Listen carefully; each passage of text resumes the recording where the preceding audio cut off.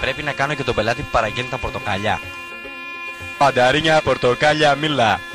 Οπ, παλικάρι να σε δώσουμε, τι θέλεις? 2 κιλά μανταρίνια, μάλιστα. Σταμάτα το εκεί στο μάλιστα για να βάλω ελεύθερη ομιλία, γιατί δεν μπορώ να κουνάω και την οθόνη και να γράφω τα τέτοια. Δεν έβαλε ελεύθερη ομιλία ο στόκος. Λοιπόν, συνεχάω. Πάμε. 5, 4, 8, 2, 1. Τα θυμήθηκα. Λοιπόν, πάμε. Γράφουμε. Καρπούδια, πορτοκάλια, μανταρίνια.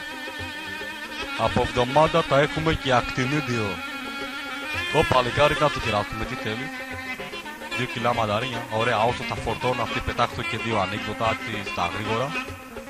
Γιατί μια ξανθιά έχει γραμμένο στο ταβάνι της το αχ. Δεν ξέρει. Για να μην ξεχνάει τα λόγια της. Καλό έτσι, πετυχημένο. Αυτό μου το είχε πει ο πατερός μου. Πολύ ωραίο ανέκδοτο. Θα σου πω και ένα διασταυρωμένο μικρό. Είναι 2 πεταμένοι και κάθονται σε ένα παγκάκι. Και συζητούν ξαφνικά για ένα τρίτο πεταμένο. Ξαφνικά αυτός ο τρίτο πεταμένος πεταφανίζεται μπροστά του. Και πετάγεται ο ένας πεταμένος και τους λέει: πού είσαι εσύ? Την κουβέντα σου είχαμε, 1000 χρόνια θα ζήσεις. Και αυτό καλό, έτσι. Γέλα ρε άτροπε λίγο, γέλα. Κρύος έχεις καταντήσει. Γέλα λίγο, αστείο ήταν. Και εγώ γέλασα. Γελάει το παγκάκι που τα άκουσε και δεν γελάς εσύ.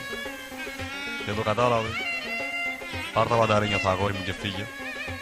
Αυτός είναι τρελός. Ή εγώ? Μάλλον αυτός που δεν το κατάλαβε, γιατί εμένα μου αρέσανε. Συγγνώμη, μέχρι να φας εσύ το πατατόριζο, εγώ θα λέω τα λόγια συνέχεια. Τα πάφω να του βάλω από μέσα. Αν έχεις βάλει και πια το γαβά, δεν προλαβαίνω. Άντε πάντα ίδια. Να το μικρόφωνο από πίσω και αυτό και να έρχεται. Δηλαδή, τι πάει να πει τώρα, τι είμαι τρελός? Δεν μπορώ να καταλάβω το πράγμα που γίνεται. Τι δηλαδή, πιάνει το μικρόφωνο να πούμε κάτι και δεν μας αφήνει να μιλήσουμε. Την άλλη φορά μου περπατάω στον δρόμο και κοιτάζει μου κάνει καλά, ρε φίλε, τρελός είσαι. Τι λένε που το κατάλαβα. Μου λέει και εγώ τρελός είμαι, ίδιοι. Και φεύγει. Αυτό εγώ.